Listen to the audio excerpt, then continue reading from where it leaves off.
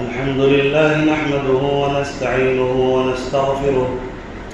ونستغفره ونؤمن به ونتوكل عليه ونعوذ بالله من شرور أنفسنا ومن سيئات أعمالنا من يهده الله فلا مضل له ومن يضلله فلا هادي له ونشهد أن لا إله إلا الله وحده لا شريك له ونشهد أن سيدنا ومولانا محمدا عبده ورسوله أما بعد فأعوذ بالله من الشيطان الرجيم بسم الله الرحمن الرحيم إن الله اشترى من المؤمنين أنفسهم وأموالهم بأن لهم الجنة يقاتلون في سبيل الله فيقتلون ويقتلون صدق الله العظيم. باطل سے ڈرنے والے اے آسمان نہیں ہم، باطل سے ڈرنے والے اے آسمان نہیں ہم، 100 بار کر چکا ہے تو امتحان ہمارا. میرے واجب الاحترام بزرگوں اور بھائی اور اسلام کے غیور فرزندوں اور عزیز نوجوان دوستوں، عام موضوعات سے ہٹ کر آج کے دن 15 اگست کی مناسبت سے کچھ تاریخی باتیں آپ کے سامنے رکھنے کی کوشش کرتا ہوں، جو انشاءاللہ اگر آپ نے توجہ دی تو بہت مفید ثابت ہوگا. آج 15 اگست ہے. آج ہی کے دن 15 اگست 1947 کو یہ ہندوستان انگریزوں کے پنجے سے آزاد ہوا. انگریز جو خبیث قوم ہے اس ملک پر قابض ہو چکے تھے. اللہ تبارک و تعالیٰ کا احسان و کرم ہوا کہ اللہ تعالیٰ نے ہندوستان کے لوگوں کو یہ توفیق دی کہ انگریز بدبختوں اور ظالموں اور مجرموں کے قبضے سے اس ہندوستان کو چھوڑا پائے اور ہمیں ایک بہت بڑی آزادی کی نعمت ملی. ورنہ اگر 1947 سے پہلے کی تاریخ کو اگر آپ دیکھیں گے، ہر طرف آپ کو فتنہ و فساد اور انگریزوں کا ظلم و ستم نظر آئے گا. ہندوستان کے چپے چپے میں یہاں کے انسانوں کے خون کے چھینٹے نظر آئیں گے. اللہ تعالیٰ کا احسان و کرم جب ہوا، اللہ تعالیٰ نے یہاں کے لوگوں کو توفیق دی. میں جو بات کہہ رہا ہوں ایک ایک لفظ کو سمجھنے اور ایک ایک لفظ کو اپنے سینے میں سمیٹنے کی ضرورت ہے. میں نے یہاں یہ نہیں کہا کہ مسلمانوں کو توفیق ملی، میں نے یہ نہیں کہا کہ ہندوؤں کو توفیق ملی، میں نے یہ نہیں کہا کہ عیسائیوں کو توفیق ملی، میں نے یہ نہیں کہا کہ سکھوں کو توفیق ملی اور ان کو یہ صلہ ملا یا ان کو یہ حصہ ملا. میں بات کر رہا ہوں یہاں کے ایک ایک آدمی کی جو ہندوستان کی اسی مٹی میں انہوں نے جنم لیا، چاہے وہ کسی بھی دھرم سے تعلق رکھتا ہو. سب نے مل کر ظالم انگریزوں کے خلاف لڑائیاں لڑی اور وہ ظالم ڈاکو اور چور جو ہندوستان کے خزانے کو لوٹ کر یہاں کے لوگوں کو غلام بنانا شروع کر چکے تھے، تو یہاں کے لوگوں نے مل کر، پیپلز آف انڈیا نے مل کر، یعنی کہ ہندوستان کے لوگ، انسان کی بات میں کر رہا ہوں، کسی دھرم سے ریلیٹڈ لوگوں کی بات نہیں کر رہا ہوں، سارے لوگوں نے مل کر ہندوستان کی تاریخ کی آزادی کو پڑھیے، آزادی کی تاریخ کو پڑھتے چلے جائیے. انگریزوں نے جو کتابیں لکھی ہے آزادی کی اس کو پڑھتے چلے جائیے کہ جو دشمن ہے اس نے کیا لکھا ہے، اور جو یہاں کے لوگوں نے اردو میں جو کچھ لکھا، ہندی میں جو کچھ لکھا، آپ کو مل جائے گا. جہاں ایک طرف گاندھی کا تذکرہ ملے گا، دوسری طرف اشفاق اللہ خان کا تذکرہ ملے گا، ایک طرف اگر بھگت سنگھ کا تذکرہ ملے گا تو دوسری طرف شیخ الہند مولانا محمود الحسن دیوبندی کا تذکرہ ملے گا، ایک طرف کسی اور کا تذکرہ ملے گا تو دوسری طرف مولانا ابوالکلام آزاد کا تذکرہ ملے گا۔ آپ ڈھونڈتے چلے جائیے، دھرم کے نام پر ایک کسی کمیونٹی کا تذکرہ نہیں ملے گا کہ کسی ایک کمیونٹی نے ظالم انگریزوں کے خلاف لڑائیاں کی اور اس ملک کو آزاد کروایا۔ پتہ یہ چلا جب اس مٹی کے اندر سب تمام لوگوں کا خون شامل ہے، ہندوؤں کا بھی شامل ہے، مسلمانوں کا بھی شامل ہے، سکھوں کا بھی شامل ہے، عیسائیوں کا بھی شامل ہے، تو آپس میں تعلقات مضبوط ہونے چاہیے، محبت کے، بھائی چارے کے، اور ہر ایک کے حقوق ادا ہونے چاہیے، ہر ایک کو پوری طرح آزادی ملنی چاہیے۔ سوال یہ ہے کہ آزادی اس دن ہمیں کس چیز کی ملی تھی؟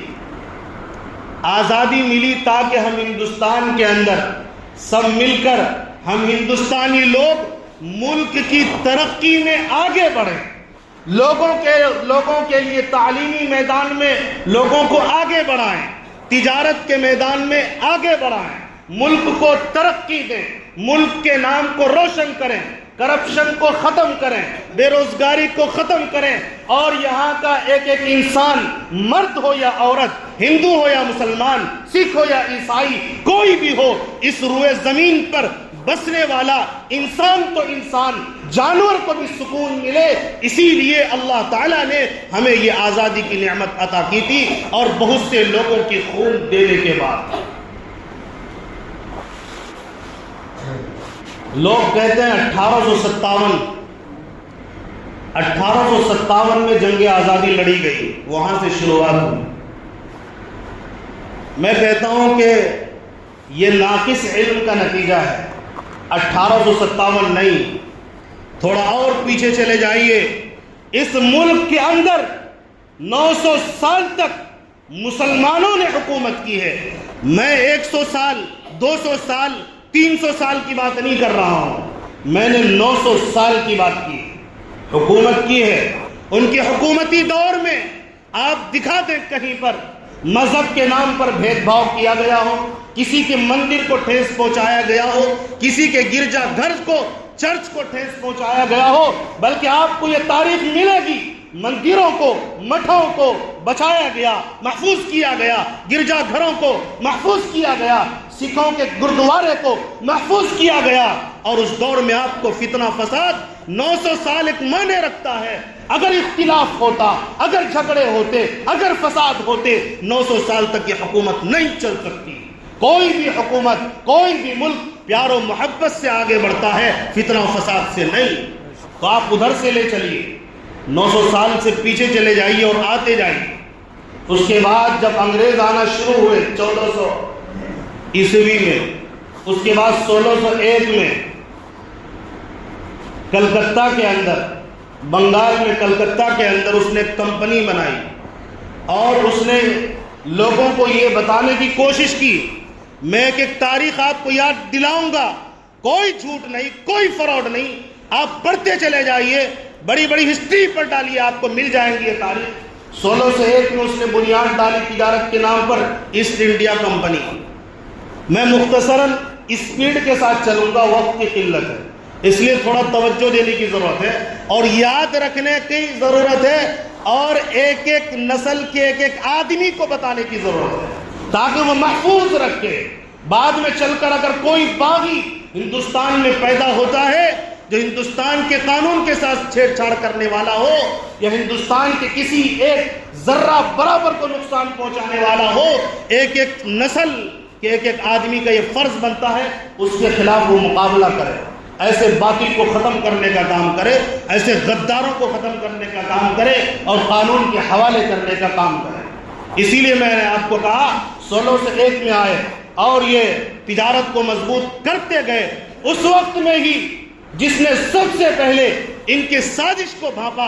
لوگ سازش کو نہیں سمجھ رہے تھے, وہ یہ سمجھتے تھے یہ تجارت کرنے آئے ہیں, یہ بزنس کرنے آئے ہیں. لیکن یاد رکھیے, آنکھ والوں کو بات سمجھ میں آتی ہے یہ کس نیت سے یہاں پر آئے ہیں. اس وقت میں جنہیں سب سے پہلے یہ بات سمجھ میں آئی وہ وقت کے بہت بڑے اللہ کے ولی حضرت مجدد الفسانی رحمۃ اللہ علیہ, جنہوں نے لوگوں سے کہا کیا تمہیں لگتا ہے کہ یہ صرف تجارت کی غرض سے ہندوستان میں آئے ہیں؟ یہ لالچی ہیں, یہ لالچی خبیث, یہ مجرم, یہ ظالم ہندوستان کے ڈاکو ہیں. یہ چاہتے ہیں کہ کسی طرح ساری دولت ہندوستان کی لوٹ کر یہ لے جائیں اور سارے لوگوں کو اپنے قدموں میں جمع کریں. آج نہیں سمجھو گے, کل تمہیں سمجھ میں آئے گا. یہ لوگ آگے بڑھتے گئے. پھر آیا 1700 عیسوی داخل ہوا اور آگے بڑھا اور کچھ نہ کچھ کشمکش دیکھنے کو ملی. لوگوں کو یہ غلام بنانے کے بارے میں غور کرتے رہے اور اسی طرح کی ترتیب پر یہ چلتے رہے. لوگ کہتے 1857 عیسوی نہیں بلکہ 1754 اور 1757 میں پلاسی کی میدان کے اندر جنگ ہوئی. نواب سراج الدولہ ایک مسلمان کے گھر میں پیدا ہونے والا یہ شخص ہے جنہوں نے انگریزوں کے خلاف جہاد کیا, انگریزوں کے خلاف جنگ لڑی. پلاسی کے میدان میں تاریخ کو بلانے والے ہم نہیں بلانے دیں گے. وہ جو پلاسی کا میدان آج بھی گواہ ہے, یہاں پر لڑنے والا انگریز ظالموں سے, اس ملک کے دشمن سے لڑنے والا اگر کوئی ماں کا لال پیدا ہوا وہ مسلمان کے گھر سے نواب سراج الدولہ نے جنگ لڑی ہے.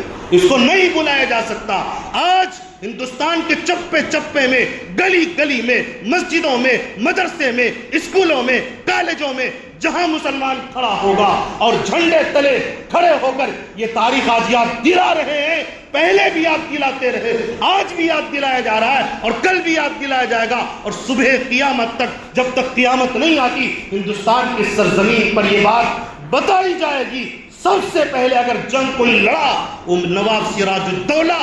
یہ سراج الدولہ کون ہے؟ یہ مسلمان کے گھر میں پیدا ہونے والا ایک شخص ہے جس نے دیکھا کہ انگریز ظالم ہندوستان کے اندر قابض ہونے کی پوری کوشش کر رہا ہے, تو انہوں نے جنگ چھیڑی اور آگے بڑھ گئے.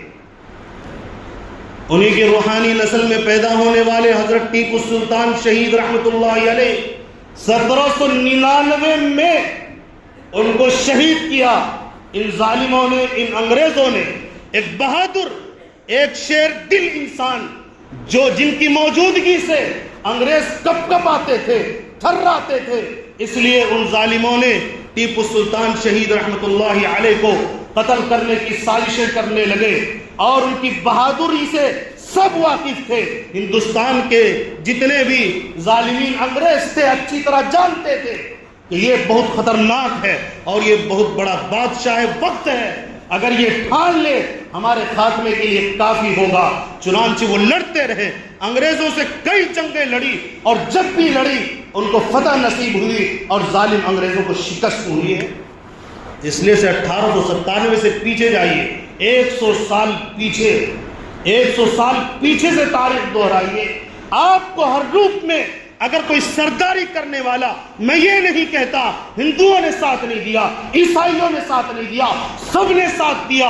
حضرت ٹیپو سلطان کا بھی ساتھ دیا, نواب سراج الدولہ کا بھی ساتھ دیا, لیکن لیڈر کون بنے؟ یہ لیڈ کرنے والا یہ نواب سراج الدولہ مسلمان تھے. اور حضرت ٹیپو سلطان یہ مسلمان نہیں بلکہ پکے سچے مسلمان ہونے کے ساتھ ساتھ اللہ کے بہت بڑے ولی تھے اور شیر دل تھے, جس نے انگریزوں کے سامنے کہا تھا انگریز گھیر چکے ہیں, چاروں طرف سے کھڑے ہو چکے ہیں. میر جعفر اس وقت میں جو نالائق بدبخت تھا اس نے غداری کی اور اس نے منافقت کر کے انگریزوں کے سامنے راز کو کھول دیا, پیسوں پہ بک گیا اور دھوکے سے ان کو گھیرے میں جب لے لیا تو اس نے کہا کہ تم ہمارے ساتھ ہو جاؤ ورنہ ہم تمہیں قتل کر دیں گے. جب انگریزوں نے کہا, انہوں نے کہا اے ظالموں, اے مجرموں, اے بدبختوں, تمہیں پتہ نہیں میں اس خاندان سے تعلق رکھتا ہوں جو بہادر خاندان ہے, میں اس پیارے آقا کی امت میں ہوں تو باطل کے خلاف ہمیشہ کھڑے رہے،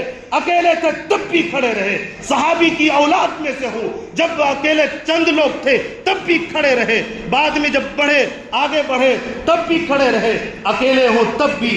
اور یہ اپنی طاقت پر، ہم اپنی طاقت کو نہیں دیکھتے، جس اللہ کا کلمہ پڑھتا ہوں لا الہ الا اللہ محمد الرسول اللہ، وہ جو میں کلمہ پڑھتا ہوں اس کلمے والے کی طاقت پر میں یہ کہتا ہوں، شیر کی ایک دن کی زندگی دیگر کی 100 سالہ زندگی سے بہتر ہے۔ یہ تاریخی جملہ جوش و جذبے کے ساتھ انہوں نے ادا کیا اور کہا آؤ تم سارے ایک طرف، میں اکیلا ایک طرف، لیکن سر جھکا کر نہیں، سر اٹھا کر لڑوں گا اور مارتے ہوئے مروں گا، یہ نہیں ہتھیار ڈال دوں گا، نہیں، یہ ہندوستان کی زمین کی اور ہندوستان کو بچانے کی لڑائی ہے، لہٰذا اے ظالموں، اے مجرموں، میں سر نہیں جھکا سکتا۔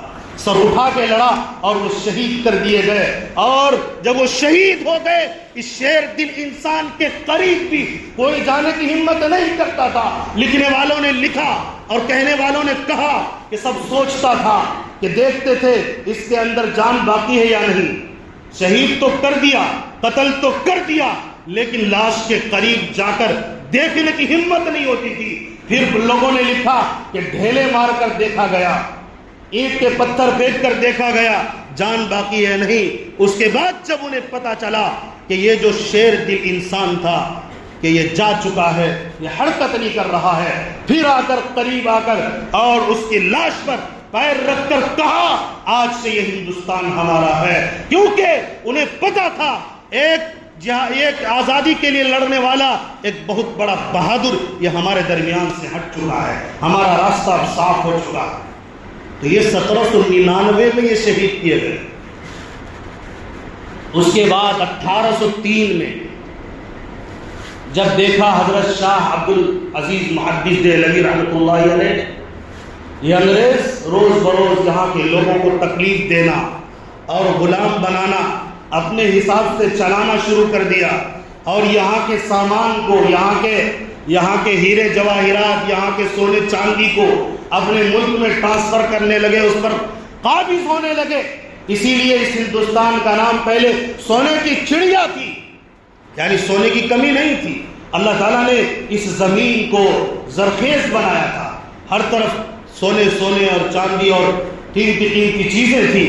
ان ظالموں نے قبضانا شروع کیا تو اس کے بعد جس مرد مجاہد نے انگریزوں کے خلاف آگ لگائی، لوگوں کے دلوں کے اندر، لوگوں کے دلوں میں آگ لگانے والے وہ حضرت شاہ عبدالعزیز محدث دہلوی رحمۃ اللہ علیہ۔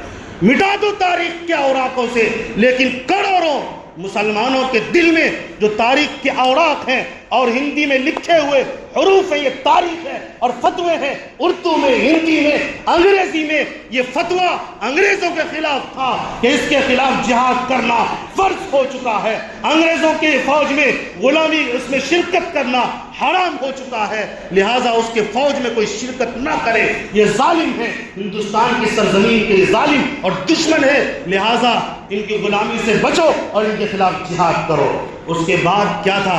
یہ فتویٰ یہ بجلی کی طرح لوگوں کے دل میں پیوست ہو گیا، لوگ جاگ گئے، لوگوں نے آنکھیں کھولی، ہندوؤں نے آنکھیں کھولی، مسلمانوں نے آنکھیں کھولی، سکھ نے آنکھیں کھولی، اور سب نے مل کر پھر 1857 سے جو جہاد شروع ہوا پھر اس وقت تک چلا، 1947 تک چلتا رہا، اور اللہ تعالیٰ کا فضل ہوا، ہندوستان آزاد ہوا۔ شیخ مولانا محمود الحسن دیوبندی رحمۃ اللہ علیہ، ان کی تحریک ریشمی رومال سے کون نہ واقف ہے؟ کتنے پنوں کو بلاؤ گے؟ یہاں کے ایک زمین گواہ ہے۔ اور اسی طرح حضرت مولانا حسین احمد مدنی رحمۃ اللہ علیہ، شیخ الاسلام امیر الہند حضرت مولانا ارشد مدنی حفظہ اللہ کے والد جو اس وقت باحیات ہیں، ان کے والد محترم جو دنیا سے رخصت ہو چکے، انہوں نے ہندوستان کی جنگ آزادی میں شرکت کی وجہ سے 9 سال تک جیل کاٹی، ان کے ساتھ اور علماء نے اور بھی لوگوں نے کالا پانی کا جیل کاٹا، مالٹا کے اندر جیل کی دیواروں کے اندر رہے ہیں، آج بھی ان کے ثبوت زندہ ہیں۔ حضرت مولانا سید ارشد مدنی حفظہ اللہ کی شکل میں اللہ تعالیٰ ان کی عمر کو دراز کرے. ان کے خاندان، ان کی روحانی خاندان ابھی موجود ہے. ہم قربانیاں دینے والے ہیں. کوئی یہ نہ کہے انہوں نے کچھ نہیں کیا، انہوں نے قربانیاں نہیں دی، بلکہ قربانی کی آگ لگانے والے اور اس ہندوستان کو بچانے کی مہم چلانے والے اگر کوئی سر فہرست ہے، انگریز یہاں کا لکھتا ہے، جو دشمن ہے تامسن، یہ انگریز مورخ ہے، وہ لکھتا ہے کتابوں کے اندر، انگریزی میں لکھتا ہے اور لکھ کر یہ بتاتا ہے دلی کے اندر ایک ایک دن میں 40,000 علماء کو، مولاناؤں کو اور مولویوں کو پھانسی دی جاتی تھی. یہ علماء کون ہے؟ یہ مولانا کون ہے؟ یہ مولوی کون ہے؟ یہ اسلام دھرم سے تعلق رکھنے والے لوگ ہیں جنہوں نے اپنی قربانیاں دی لیکن انگریز ظالم کے سامنے سر نہیں جھکایا. اس لیے کوئی یہ نہ کہے کہ بھائی اب ہم لوگ جو چاہیں کریں گے، جیسے چاہیں کریں گے اور ہندوستان کی جو آزادی اس کو ختم کریں گے. سب سے بڑی آزادی یاد رکھو، بنیادی طور پر سب سے بڑی آزادی جو اس ملک کے اندر چین و سکون کے لیے، راحت کے لیے ضروری ہے، وہ یہ ہے ہر مذہب کا ماننے والا اپنے مذہب کے ساتھ زندگی گزارے گا. یہ سب سے بڑی آزادی ہے. اگر کوئی مذہب کے نام پر بھید بھاؤ کرتا ہے وہ غلطی پر ہے، وہ ہندوستان کا دشمن ہے. ایسے لوگوں کو سمجھنا چاہیے کہ جو بنیادی حق ہے، اگر کوئی ہندو کے مذہب کے خلاف بولتا ہے وہ بھی مجرم ہے، اگر کوئی سکھ کے خلاف بولتا ہے وہ بھی مجرم ہے، اگر کوئی ایک کمیونٹی کے خلاف کوئی قانون پاس کرتا ہے وہ بھی مجرم ہے، چاہے 3 طلاق کا قانون ہو یا کوئی اور بھی قانون ہو. ابھی وقت بل جو لایا گیا یہ بھی ایک کمیونٹی کے خلاف، اور ہندوستان کی جو قانون ہے، سمویدھان ہے، اس کو توڑ کر لایا گیا. تو کیا سمجھ رہے ہیں اس سے ہندوستان میں ترقی ملے گی؟ نہیں ملے گی. جب یہ جو لوگ حکومت میں بیٹھے ہیں جو کرنا چاہیے وہ جب نہیں کرے تو وہ کام کر رہے ہیں جو نہیں کرنا چاہیے. ابھی ہمیں آزادی چاہیے، بے روزگاری سے لوگوں کو آزاد کرو. ماں بہنوں کی عزتیں لوٹی جا رہی ہے، وہ عزت کی حفاظت کے لیے لڑو اور ریپ اور ان جیسی بے عزتی والی چیزوں سے آزادی دلاؤ. یہ حکومت میں ہو کاہے کے لیے؟ حکومت میں اسی لیے آئے تاکہ ماں بہن بیٹیوں کو عزت دلائی جائے. ہر گھنٹہ ہندوستان کے اندر ماں بیٹی بہو کی عزت لوٹی جا رہی ہے. یہ کون خاتمہ کرے گا؟ قتل ہو رہے ہیں اور موب لنچنگ ہو رہی ہے. موب لنچنگ سے آزادی کی ضرورت ہے. لوگ جاہل بن رہے ہیں، یہاں پر تعلیم کی ضرورت ہے. جہالت سے آزادی کی ضرورت ہے. یہاں ہندوستان کے اندر بے روزگاری ہے، بے روزگاری سے ہی ہندوستان کو آزادی چاہیے. تو ادھر توجہ دینے کے بجائے لوگ کدھر توجہ دے رہے ہیں؟ چند سالوں سے ہندوستان کا جو پوری دنیا کے اندر جو بدنامی ہوئی ہے وہ کس وجہ سے ہوئی ہے؟ اور جو بھید بھاؤ شروع ہوا ہے مذہب کے بنیاد پر، یہ کون کر رہے ہیں؟ ہندوستان کا چپا چپا گواہ ہے. یہ بھلایا نہیں جا سکتا اور اس کو ختم نہیں کیا جا سکتا. مذہب کے نام پر یہ چند سالوں سے جو نفرت بڑھی ہے، اس نفرت سے آزادی کی ضرورت ہے. ہندوستان آگے بڑھے گا، ملک آگے بڑھے گا آپس میں بھائی چارہ سے، آپس میں محبت سے، آپس میں پیار سے. ایک ایک انسان دوسرے کی راحت کا خیال کرے، آسانی کا خیال کرے. سارے لوگ مندروں کا خیال کرے، سارے لوگ مسجدوں کا خیال کرے، سارے لوگ ایک دوسرے کے مذہب کا خیال کرے. جو جس حال میں اپنے مذہب کے مطابق زندگی گزارتا ہے اس کو گزارنے کی پوری آزادی ملنی چاہیے. اگر کوئی یہ آزادی چھینتا ہے تو فتنہ و فساد کو برپا کرنے والے یہ لوگ ہیں، یہ ملک کے دشمن ہیں. یہ چاہتے نہیں ہے کہ یہاں کے ہندو مسلمان آپس میں پیار محبت کے ساتھ رہے. یہ نہیں چاہتے سکھ عیسائی آپس میں پیار و محبت کے ساتھ رہے. یہ نہیں چاہتے یہاں کے سارے مرد، ساری عورتیں، بچے، جوان، بوڑھے سب آپس میں دوسرے کی رسپیکٹ کرے، عزت کرے.